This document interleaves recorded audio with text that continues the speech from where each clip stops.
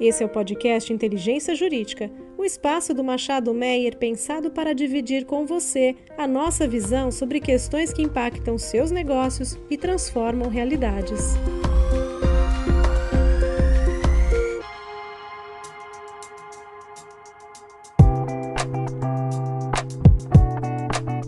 Olá pessoal, nós estamos aqui em mais um podcast jurídico do escritório Machado Meyer. Com muita alegria que recebemos o Dr. Mário Povia, Mauro Penteado e eu, Marcelo Lucon, sócios da área de infraestrutura do escritório. Temos o prazer de conversar com o Dr. Mário. Dr. Mário Povia é secretário nacional de Portos e Transportes Aquaviários, especialista em regulação, advogado com pós-graduação em serviços públicos e administração de empresa, além de direito e tecnologia operacional elétrica. Dr. Mário é conselheiro de administração da SCPAR Participações e do Fórum Brasil Export, além de ter já ocupado diversos cargos no governo federal, inclusive na Agência Nacional de Transportes Aquaviários entre 2009 e 2020, onde ocupou cargos de diretor e diretor-geral.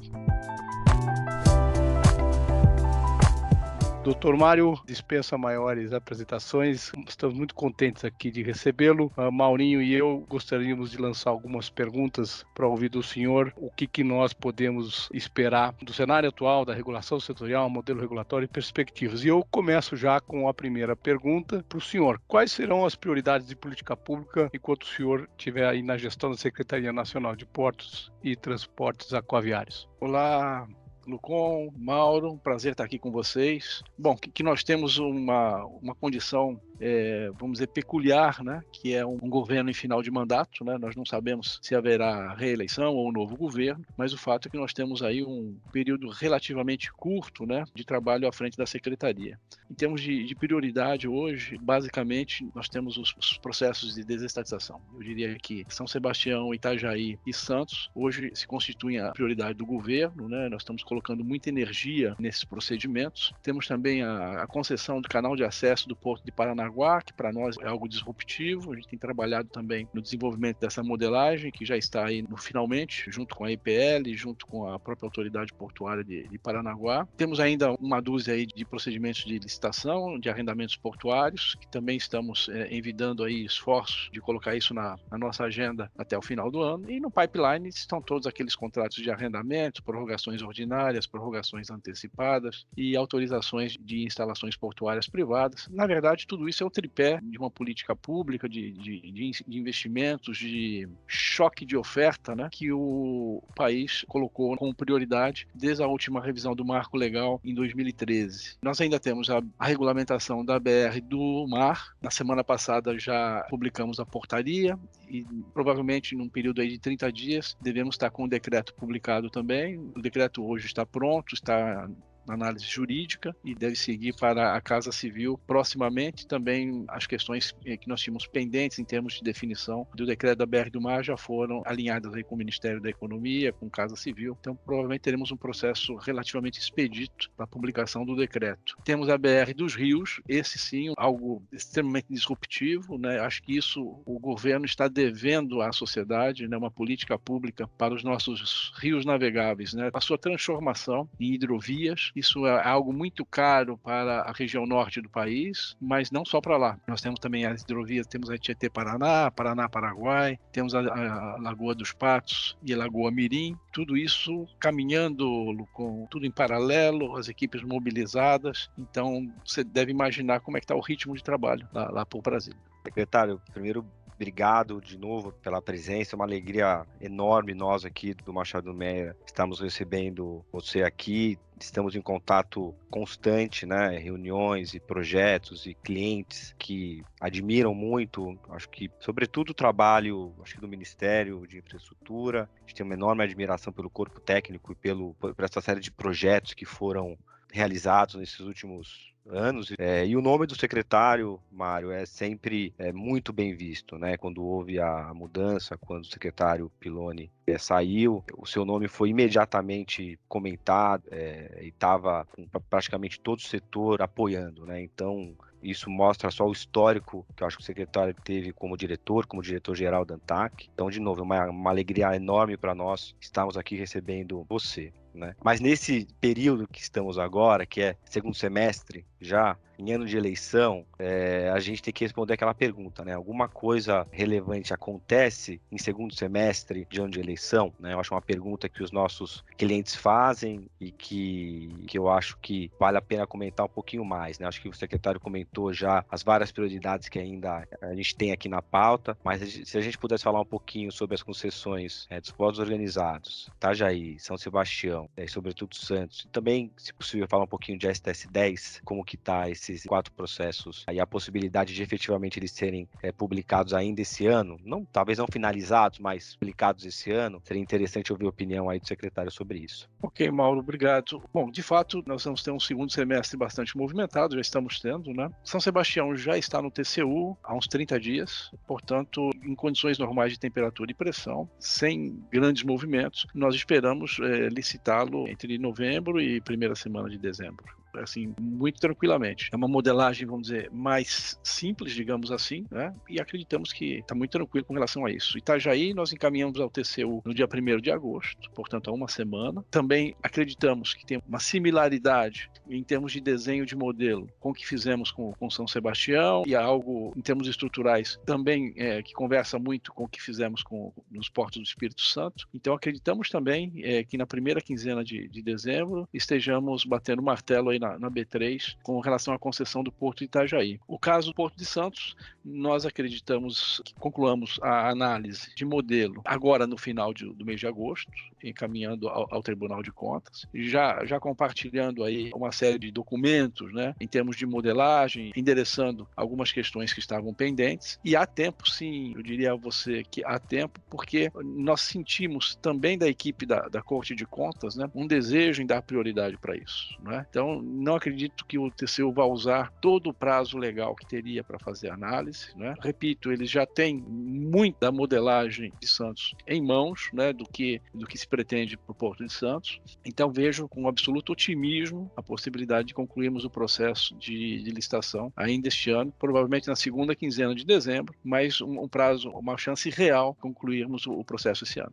Excelente, secretário. E sobre STS-10, tem alguma indicação? O STS-10 está praticamente no mesmo estágio, né? Nós já recebemos as contribuições, está muito parecido em termos de andamento processual com a concessão do Porto de Santos. Nós trabalhamos com o STS-10 com o cenário de lançarmos o edital este ano e provavelmente o procedimento de licitação no ano que vem. É possível que isso seja antecipado, mas, como eu disse, a gente tem algumas prioridades, né? E a prioridade seria licitar, então, as concessões, né? E talvez STS-10 e 53, isso ficaria em termos de edital para este ano e licitação no ano seguinte. Mas, repito, é factível, é possível, no limite que também esse calendário convirja para a segunda quinzena de dezembro. Obrigado, secretário. Secretário Mário, aprofundando um pouquinho sobre concessão do Porto de Santos, queria ouvir um pouquinho do senhor, em panorama, questões importantes que estão atualmente em debate, como, por exemplo, limitação à participação de certos atores econômicos, né, individual ou em consórcio, que é um tema que tem se conversado, conversão do regime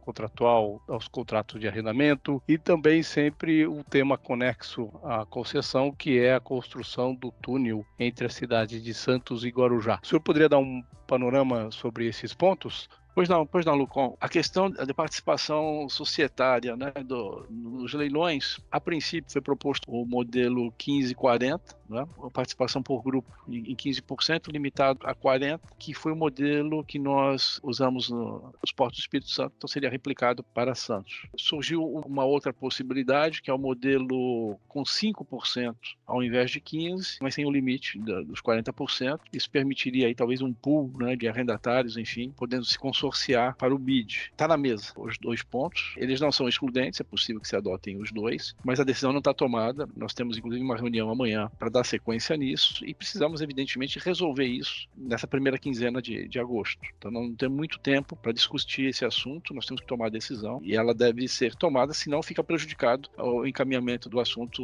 ao TCU até o final do mês. A primeira questão. A segunda, você me pergunta sobre conversão do regime aplicável aos contratos. Isso é uma matéria legal, Federal, a própria Lei 2.815 prevê, e o Decreto 8033, que uma vez concedido o porto, os contratos de arrendamento, eles se convolam do regime administrativo para o regime privado. Eu acho que esse talvez seja a grande sinalização, né, do que se pretende, né, com um gestor privado nas administrações portuárias, né? Há muitas pessoas que dizem, né, que o nosso modelo landlord está sendo abandonado. Eu digo é o contrário, né? Nós estamos resgatando um modelo mais parecido com o landlord europeu ao permitirmos, né, que esses contratos se operem em regime privado, né? Lembrando que as empresas públicas, né, elas foram concedidas, e as companhias docas são empresas públicas, né, elas foram concebidas para operar em regime de mercado, senão seriam autarquias, né? Então são empresas públicas para quê? Para operar em regime de mercado. Então o Banco do Brasil opera concorrendo com os outros bancos, né? Caixa Econômica concorre com outros bancos, né? A Petrobras concorre no mercado, né? Então é natural que, se de um lado a empresa pública ela precise licitar, né, para adquirir os seus bens, né, certo é que do outro lado, do lado business, ela tem a liberdade de atuar. O Banco do Brasil não faz licitação para ver quem está pagando mais juros para fazer um empréstimo, né? Nem a Petrobras faz licitação para ver para onde vai mandar o petróleo ou os derivados, né? No setor portuário, não. A gente tem que fazer licitação dos dois lados, né? Para fazer a dragagem, a gente tem que contratar com licitação, e para escolher os parceiros para ocupar o porto também tem que fazer a licitação. Então o business, né, fica muito complicado, muito engessado, e as empresas públicas hoje, que já têm o conselho de administração, conselho fiscal, comitê de auditoria, auditoria interna, né, elas ainda ganham aí de brinde controles internos, né, e externos, né, do CGU, TCU. Então é muito controle, faz muito mais sentido nós migrarmos para um modelo, né, de longa-manos, né, de termos um privado como concessionário fazendo a administração do porto, sem, contudo, que ele tenha, vamos dizer assim, uma liberdade total, né? Ou seja, vai ter que respeitar o PDZ, vai ter que respeitar um planejamento centralizado, não vai poder abrir mão de cargas que deixariam talvez menos recursos para o porto, né? Ele vai ter que cumprir realmente uma missão social do porto, né? Todo o aspecto socioeconômico que permeia o porto, né? Então é importante que haja sim uma preocupação com a saúde financeira, com o modelo de negócio, com o ambiente de negócio. É importante que esse concessionário tenha lucro, reinvista o seu lucro, mas também é importante que ele tenha essa visão social, e acho que o grande lance aí é nós ficarmos no meio do caminho. Agora, faz muito sentido sim esses contratos eles serem privados, e essa liberdade de contratar, ela faz diferença em termos de dinâmica e de agilidade, seja contratar os parceiros para operar, seja contratar bens e serviços que vão efetivamente dar a infraestrutura, prover a infraestrutura do porto, como dragagem, como pavimentação, vias de acesso, enfim, todas as facilities que o porto necessita, né? Sobre a questão do túnel, a matéria está endereçada, havia uma proposta inicial de se fazer uma subconcessão. Isso tem se mostrado um pouco difícil de desenhar no modelo, né? A alternativa a isso seria ter uma obra grande dentro de uma concessão de porto, mas sempre tendo em vista que o que nós estamos colocando a mercado, né, é um gestor para o porto, né, não uma construtora para construir o túnel, né? Também nesse momento, nesse viés, essas nuances que a gente está tentando desenhar um modelo que atenda, né, que não seja um modelo que enalteça ou viabilize muito o apetite de construtoras para fazerem o bid, né, mas que entenda que é uma obrigação de relevo dentro de uma concessão que pode avançar e deve avançar por 35 ou 50 anos, enfim, né? Isso seria, tem uma outra questão da usina de Itatinga, não sei se todos sabem, mas a Autoridade Portuária de Santos tem uma usina de energia elétrica, né, Itatinga, e a gente, no primeiro momento, estava pensando em endereçar essa usina de uma outra forma para não colocá-la na concessão, mas com o avançar das discussões, a gente entende que há até uma sinergia dessa geração de energia, é uma usina hidrelétrica, né, portanto, energia limpa, isso conversa muito bem com o selo verde do porto, né? E nós estamos entendendo que isso seria uma externalidade positiva, e talvez não fosse o caso de gastar muita energia endereçando esse ativo antes e deixá-lo para o concessionário aí, porque também não é só usina, tem todo um parque no site, né? Pode ser utilizado também para fins turísticos, enfim, a gente acha que essa é uma externalidade positiva, pode então, portanto, mais auxiliar do que atrapalhar a concessão. Lucon, em grandes linhas, né, é isso, coisa caminha para ser endereçada dessa forma, ainda há pontos para decidir, a gente tem trabalhado muito com o BNDES, com o EPL, a gente tem trabalhado com a ANTAC, com a Autoridade Portuária de Santos, com o PPI, todos parceiros, todos imbuídos aí no Ministério, 3 ou 4 secretarias envolvidas, todos imbuídos aí no espírito de realmente viabilizar o melhor modelo para levarmos adiante, né? Mas, assim, muito convictos, né, de que é o caminho certo, que o modelo desenhado está sendo muito bem discutido, né? né? E se em algum momento pode dar a entender que nós estamos com pressa, né? Eu queria substituir a palavra pressa pela palavra prioridade, né? A palavra pressa traz consigo alguma coisa como atropelo, como correria, e absolutamente a gente tem dado cada passo de uma maneira muito assertiva, muito bem discutida.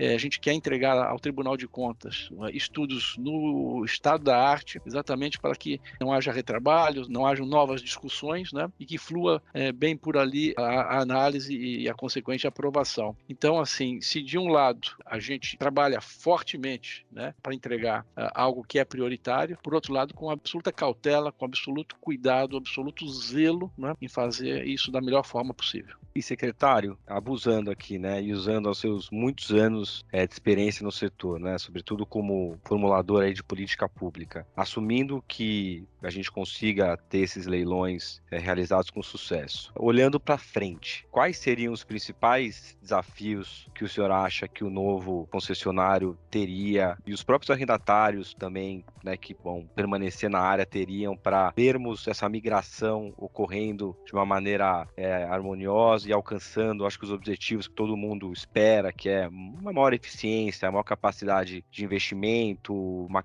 melhor, maneira mais racional e menos burocrática de investir no setor? Mauro, o desafio é o novo, né? Acho que essa é a questão, é uma nova relação. Repito, né? Nós não estamos vendendo o Porto de Santos, o Porto de Santos continua sendo um porto federal. Nós estamos colocando, na verdade, um longa-manos ali, é uma empresa privada que vai atuar como se governo fosse. Né? Então, o que muda realmente é essa relação entre arrendatário, autoridade portuária ou administração portuária, talvez seja a melhor nomenclatura para isso, né? E vamos ter provavelmente, tudo indica que sim, uma regulação um pouco mais presente, né? Não vou dizer que uma regulação mais forte, mas mais atenta, né? Dado que teremos ali o privado. O que se espera em termos de desafio? Acho que o maior desafio é esse, é a transição, né, de um modelo para o outro. A ANTAQ está muito bem preparada para arbitrar, para mediar, se for necessário, mas a gente espera que não seja. Por quê? Porque há uma convergência ali de interesses entre arrendatários e o síndico, vamos dizer assim, desse condomínio portuário. Né? A convergência o que é? É eficiência. Né? É você trabalhar para o porto crescer, para movimentar mais cargas. Quem movimenta mais cargas paga mais outorga. Né? E do outro lado, quando você provê melhor infraestrutura, você tem menos perdas com ineficiência. Então, você não paga demurras de embarcação parada,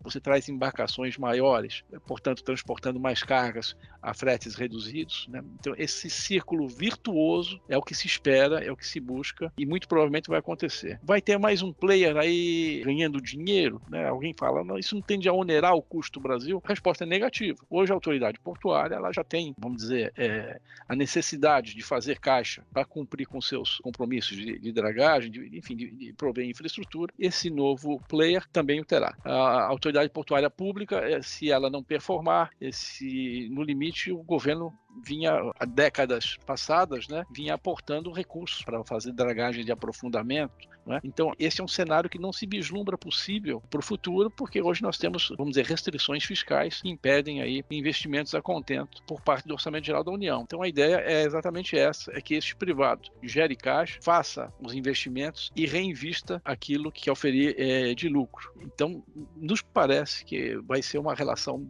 que tende a ser harmoniosa, mas repito, se houver realmente algum caso, algum atrito, a agência poderá e deverá atuar para dirimir essas questões. No futuro, o que se pretende é garantir e continuar assegurando segurança jurídica a esses contratos, uma estabilidade regulatória, um ambiente de negócios cada vez mais favorável, para que, repito, a gente passe a se aproximar mais do que é o modelo landlord exitoso no exterior. O nosso modelo landlord, ele está longe de ser um modelo tranquilo, exitoso e eficiente. As respostas às demandas, elas são muito lentas ainda.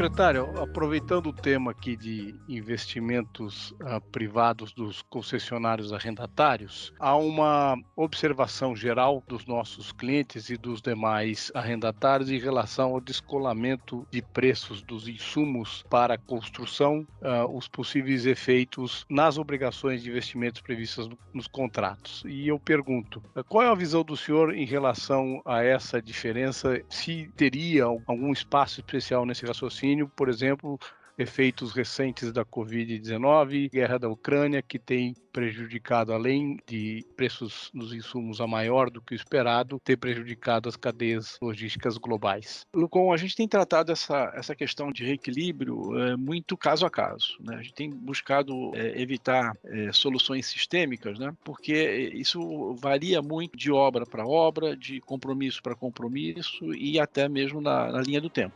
O que se deseja no contrato é fazer justiça com ele. Então, se realmente ficar comprovado, né, que se incorreu em custos, né, imprevisíveis, né, se isso fizer parte de uma matriz de risco desenhada, bem desenhada nesse sentido, né, eu acho que não há problema nenhum a gente revisitar isso e fazer os reequilíbrios, né. O que não dá para falar de uma forma sistêmica, porque, como você falou, nós tivemos uma questão pontual com a questão da Ucrânia, a própria pandemia já havia trazido algumas questões como essa, né? Mas por outro lado também a gente viu o preço dos serviços subirem muito, né? A gente vai ter que avaliar se aquele prestador de serviço, se aquele segmento também, na outra ponta, né, também não teve um incremento de receitas, né, que pudesse minimamente compensar isso. Por isso que é importante ter uma visão caso a caso, né, e não uma questão hermética, uma questão sistêmica. Lembrando que o porto, ele não tem um arrendamento portuário, né, ele não tem uma tarifa, ele normalmente opera com preços livres, né, diferentemente de uma concessão de rodovia, né, onde você tem ali o bilhete, ali um tráfego, algo assim mais equacionável, digamos assim, né, e um controle de preços de uma certa forma rigoroso na tarifa. Então nós temos que sopesar todas essas características contratuais, caso a caso, mas não há dúvida nenhuma de que o que se busca sempre, e sempre será assim, é a justiça. Então, cabendo o reequilíbrio, não tenho dúvidas que ele será apreciado. Secretário, durante a pandemia, em 2020, foi publicada a Lei 14.047, com a mini-reforma do setor portuário, né, onde várias racionalizações e várias inovações foram introduzidas no nosso setor, né, incluindo a possibilidade específica de celebração de contrato de arrendamento por dispensa de licitação, né. Tendo passado já agora alguns meses, anos aí da publicação da mini-reforma, secretário, é possível já fazer uma avaliação dos efeitos positivos que ela pode ter causado ou ainda é muito cedo? Mauro, ainda não dá. Você sabe que essa ação e reação, né, ela tem um gap às vezes um pouco mais elevado, às vezes depende de uma regulamentação e nós mesmos deixamos essa eficácia para um momento um pouco mais distante da alteração legislativa. O que é fato é que hoje nós temos uma legislação bastante moderna. Estava lembrando outro dia que a gente tentou colocar a questão da permuta diária uma ou duas vezes sem sucesso, né, na lei, né? E nos perguntavam, mas por que esse negócio de permuta diária? Não, porque a gente vê lá no exterior, né? Lá no exterior o pessoal faz permuta diária. É uma coisa boa, porque você tem um planejamento portuário, a partir do planejamento passa-se a enxergar uma racionalidade, às vezes você vê um terminal mal posicionado ali, precisando ser deslocado para um outro lugar, alguma coisa assim. Faz sentido a gente ter isso na lei, né? E sempre uma experiência na agência reguladora, né, com judicialização. Fala, olha, a agência está avançando o sinal, não há previsão legal, ela normatiza, etc. E tal. Então, a ideia era sempre positivar em lei na medida do possível, ou mesmo em decreto, né, algumas situações para tirar, vamos dizer, essa insegurança jurídica do caminho. E, por fim, tivemos êxito, né, acabou sendo positivada a questão da permuta e, de fato, não tínhamos nenhum caso concreto, pois já temos hoje, né, em Santos mesmo, a gente já vê lá cluster de celulose trabalhando alguma coisa nesse sentido, o próprio terminal da Marimex, falando em permuta diária, e no Rio de Janeiro, onde eu estava até pouco tempo atrás, também já se fala em permuta diária. Então isso é importante. Agora, isso só prova que o sarrafo subiu, né? Quando a gente começa a discutir, né, planejamento portuário, né, Lucon, quando há um tempo atrás a gente estava discutindo fila de caminhão, né, dispersão de poluentes, né, realmente a gente vê um setor portuário hoje brasileiro muito mais pujante, né? Não estamos devendo nada para ninguém. Vejam os senhores que houve paralisação de portos nos Estados Unidos, paralisação de portos na China, a própria Europa hoje vive lá um problema com os caminhoneiros, não é? E nós aqui passamos incólumes a tudo isso, claro, tomamos medidas, foi algo importante, e mesmo com a crise de falta de container, né, a gente já está colocando aí em big bags aí as cargas, já usando de criatividade, né? E vejo que nós estamos numa rota complicada, né? Nós estamos fora da rota do hemisfério norte, né? E estamos com absoluta resiliência aí, tratando dessas questões, inclusive reportando recordes aí no período de pandemia. Então eu vejo que hoje nós temos uma legislação moderna, a própria questão da licitação, né? Se você tiver um único interessado, e isso é comum acontecer. Às vezes o interessado busca lá uma área greenfield, né? Ele quer colocar ali um moinho de trigo, ele quer colocar ali uma atividade ali ligada à energia limpa, gás, alguma coisa assim. Não há outro interessado, né? Não faz sentido levar aquilo a leilão, né? Quando você tem um EVTE, onde você tem ali os dados de saída que formam o valuation, ou seja, o preço justo, então ganha-se tempo, ganha-se celeridade, e repito, a gente se aproxima mais do modelo landlord europeu quando adota medidas como essa. E um testemunho aqui, um comentário, só para confirmar e concordar com tudo que o secretário falou, de fato, né, nós aqui que cobrimos diversos setores, não só o portuário, mas a gente cobre também rodoviário, ferroviário, energia, óleo e gás, o nível de maturidade, né, do setor portuário comparado com outros setores em relação à possibilidade e ferramentas que o setor portuário tem para endereçar questões de política pública e questões práticas de cada arrendamento do contratação, é uma caixa de ferramentas muito maior do que outros setores, né? A possibilidade, hoje em dia, no setor portuário, nós alteramos contratos, reduzindo área, aumentando área, unificando área, permutando área, coisas que em outros setores são impensáveis, né? Ou eles vão chegar lá com certeza, mas eu concordo que o setor portuário ele está muito mais atento às necessidades do que talvez outros setores regulados do Brasil. E caminhando aqui para o final já, doutor Mário, uma pergunta mais de cunho pessoal. O senhor é do primeiro concurso da ANTAC, o senhor representa a evolução do setor, como diz o meu sócio Maurinho aqui, com uma qualidade de regulação excepcional. Como é o balanço aí do desafio? Porque o senhor transitou de ANTAC para a Secretaria, foi também para Porto Organizado, acabou de voltar do Rio de Janeiro. Tem um balanço muito rico de vivência, né?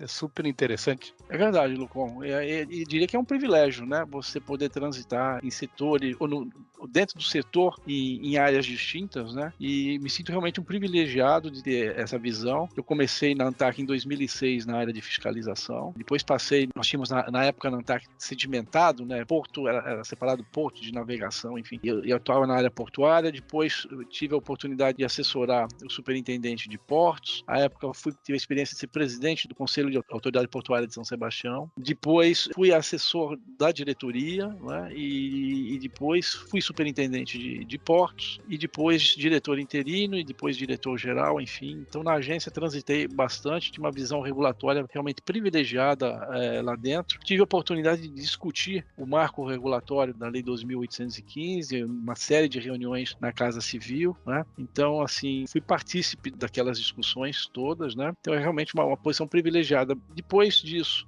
com o término de mandato na ANTAC, fui diretor da Companhia Docas do Rio de Janeiro, né? Então comecei a pisar no cais, né? Também com uma outra visão, uma visão operacional de como funciona aquilo, como que é trabalhar o orçamento, como é trabalhar com o operador portuário, as demandas com mão de obra avulsa, as questões envolvendo obras dentro do porto, provisão de infraestrutura, contatos com arrendatário, enfim. E agora também uma experiência única, né, de ser formulador de política pública, né, na Secretaria de Portos, reportando diretamente ao ministro Marcelo. O ministro Marcelo é uma pessoa fantástica, uma pessoa assim, muito pragmático, muito objetivo, né? E de um trato muito simples. Tem sido uma experiência muito boa tratar com os demais secretários, também uma equipe jovem, uma equipe dinâmica. É um período curto, infelizmente, mas assim, de muito aprendizado. E a equipe que temos na secretaria é uma equipe muito boa, Lucon, né? Os diretores que nós temos lá, nós temos 4 diretorias, uma equipe muito afinada, muito competente, assim, bons brasileiros, gente que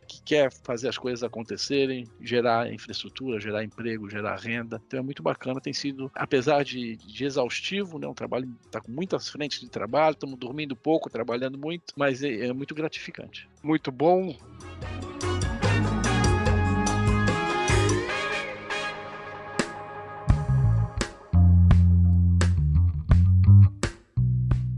Dr. Mauro Penteado e eu, Marcelo Lucon, sócios de infraestrutura, agradecemos novamente a tua presença conosco no podcast Inteligência Jurídica do Machado Meyer. Prazer enorme conhecer todos os teus pensamentos, compartilhar com os nossos amigos e clientes essa bela jornada e detalhes da política pública do setor. Prazer, muito obrigado novamente. Secretário Lucon, queria só agradecer de novo a oportunidade de dividir aqui esse tempo e ter esse aprendizado com o secretário. Espero novas oportunidades de ter trocas de ideias parecidas como essa. Muito obrigado. Bom, eu que agradeço a oportunidade de estar aqui com vocês, Lucon, Mauro, prazer enorme estar aqui dividindo com vocês, né, um pouco das nossas perspectivas para o setor. É importante, sempre importante, a gente divulgar o que nós estamos querendo. Acho que há muito mérito hoje na política pública empreendida para o setor. Continuamos juntos. Prazer estar aqui com vocês. Muito obrigado.